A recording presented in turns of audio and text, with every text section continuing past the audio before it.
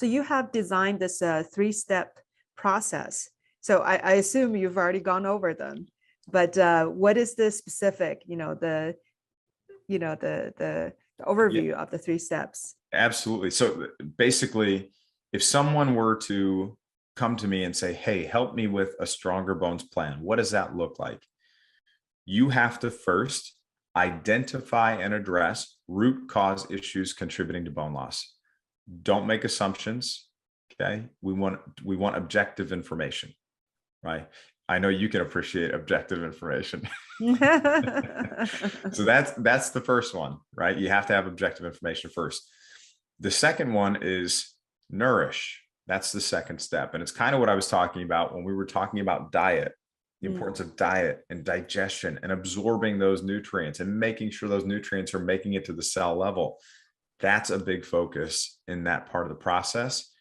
And the third part of the process is you have to reduce your stress. You have to improve your sleep. You got to get the right exercise plan in place where you're doing that weight bearing activity, but you also have the strength and resistance training, but you're doing those things in a way, especially if you already have low bone density, that you're doing those things in a way that's going to prevent fracture and injury, not just now, but in the future too. So you build the foundation for the future right now, if that kind of makes sense. And then you do you got to get the hormone optimization right. So for women who have osteoporosis, you would recommend that they go on hormone replacement therapy? It depends on the person's situation too, right? And sitting here on this podcast, I would never just say, yes, everybody, blanket statement should be on bioidentical hormone replacement therapy. But I definitely think it's an important consideration for many, many women out there. But it just depends on that person's situation as well.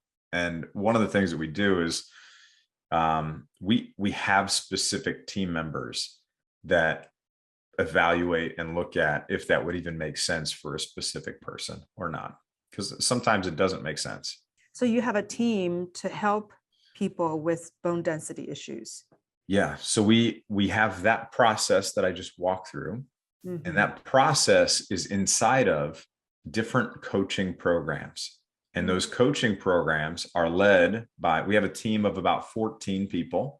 Many of them are highly credentialed experts in their fields. Our programs and process were just featured in Forbes, which is great. Wow. And, we've helped people in over 1,500 cities around the world at this point, and improve their health, improve their bones. And that we've got a pretty rapidly growing community of people that are really excited, to get the right plan in place. And really our focus is making sure that you can have stronger bones and an active future with the people you love most.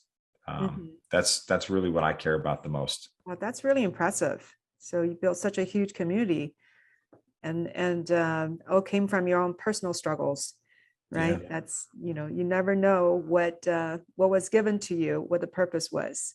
Yeah. And I mean, we're to the point now where we have medical doctors and different physicians that refer their patients to us, and that, they've even actually gone through the program themselves in many cases. So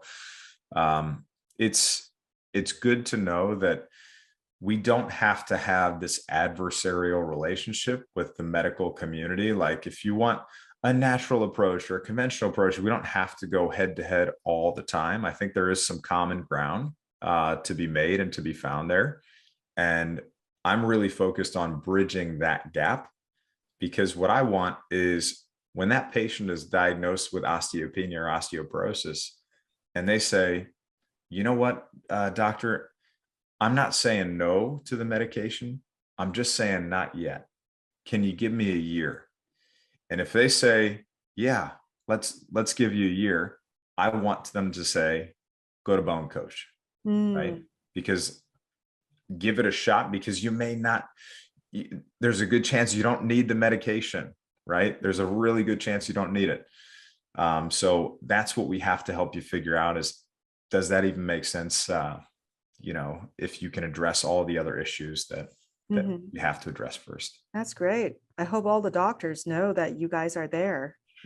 you're able to help the patients. Yeah. Well, we give them resources from the program. Like when they come in, we give them like, lab testing guides and communication templates and copy and paste messages for their portal to make communication easy. And we've actually had clients of ours tell us that they've sat down with their physicians and figured out the root cause issues of their bone loss with the tools and the resources that we've given them, which is really awesome. Great. So you're indirectly through the patient are teaching the doctor.